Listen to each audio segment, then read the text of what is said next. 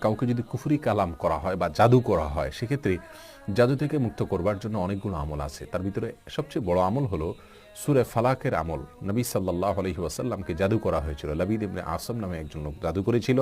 নবী সাল্লাল্লাহু আলাইহি ওয়াসাল্লাম সে জাদু থেকে মুক্ত হয়েছেন আলহামদুলিল্লাহ। তাকে একজন ফেরেশতা জাদু থেকে মুক্তির পদ্ধতি বাতলাবার জন্য এসেছেন। দুজন ফেরেশতা এসেছিলেন, একজন তার পায়ের কাছে, একজন তার মাথার কাছে দাঁড়িয়েছিলেন।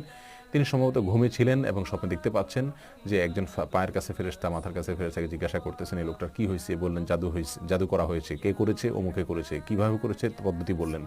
তারা বললেন যে বাঁচার উপায় কি? তখন বললেন যে কুল আল্লাহু আহাদ, কুল আউযু বিল ফালাক, কুল আউযু বিন নাস বা কুল আল্লাহু আহাদ। যাই হোক, এই তিন কুলের আমল সকাল সন্ধ্যা যদি পড়া হয় জাদু থেকে মুক্তি পাওয়া যায়। এবং এটা পড়ে শরীরে ফু দেওয়া, পানিতে ফু দিয়ে খাওয়া, এগুলো জাদু থেকে বাঁচার জন্য একটা গুরুত্বপূর্ণ আমল। এর বাইরে জাদু থেকে বাঁচার জন্য যারা রুকিয়া শরঈয়া বা শরঈ ঝাড়ফুঁক করেন কোরআন সুন্নাহর আলোকে, এই সমস্ত মানুষের শরণাপন্ন হতে পারেন। বিস্তারিত তাদের থেকে চিকিৎসা নিতে পারেন। আল্লাহ তাআলা তৌফিক দান।